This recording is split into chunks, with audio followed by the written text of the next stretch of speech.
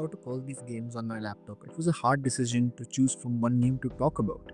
I could talk about the game that I've been stuck since 2015, Minecraft, or the game that I was addicted to, Valorant, or even the games that I recently completed, like the Souls trilogy. But in the end, I thought of choosing my favorite game from last year, a game that was nominated for the Game of the Year award. It is Balatro. Balatro is a roguelike deck building game created by local Thunk using the Love 2D engine, which is powered by Lua. Despite its humble beginnings as a personal project, which expected an audience only of close friends, Balatro defied expectations and became one of the most successful indie games of 2024 and also one of the most successful games of 2024. Its genre seamlessly blends strategy and chance, wrapped in a playful theme of luck, wit, and skill. The game achieves remarkable popularity, selling over 3.5 million copies and ranked as the 31st most played game on Steam as of writing this script. Publishing company PlayStat helped Local Thunk to port the game into consoles and mobile devices, which succeeded there too. The game was even nominated for the 2024 Game Awards for the Game of the Year and many more, and even won 3 of those awards. So you ask, what is Balatro and how did it get nominated beside Black Myth Wukong?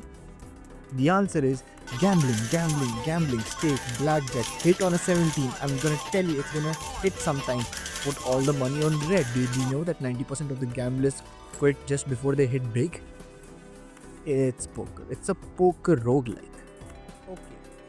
So what it is that you get dealt a hand of cards and you pick from 1 to 5 cards to either play or discard. And each poker hand has a different value of chips and mult for default. And then you can upgrade your hands.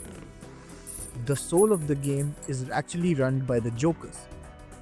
Jokers are the card that you can have limited amounts of to enhance your run.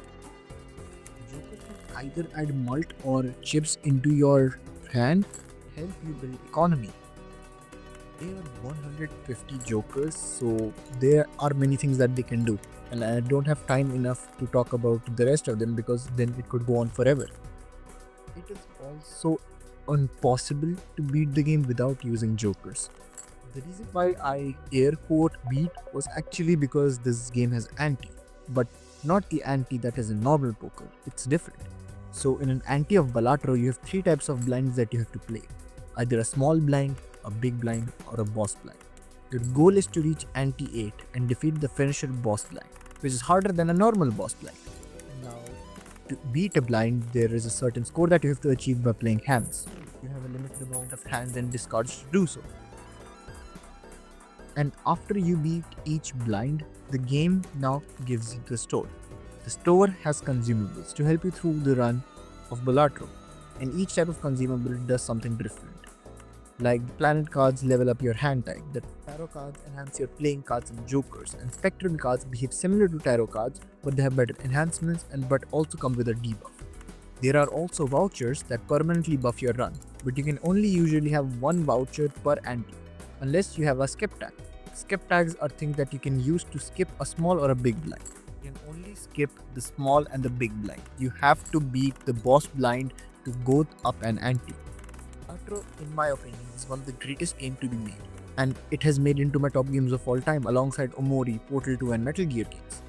This game is what developers should do, make a solid product that is so good and innovative and unique that is alongside Black Myth Wukong and Elden Ring. The thing about this game is that there isn't even much to analyze. This game is so simple and yet so complex. When you start playing it, then you know about it. The different type of decks you can make and set of jokers that you can play with, the randomness of the different seeds, the game's infinitely playable is just perfect in my opinion.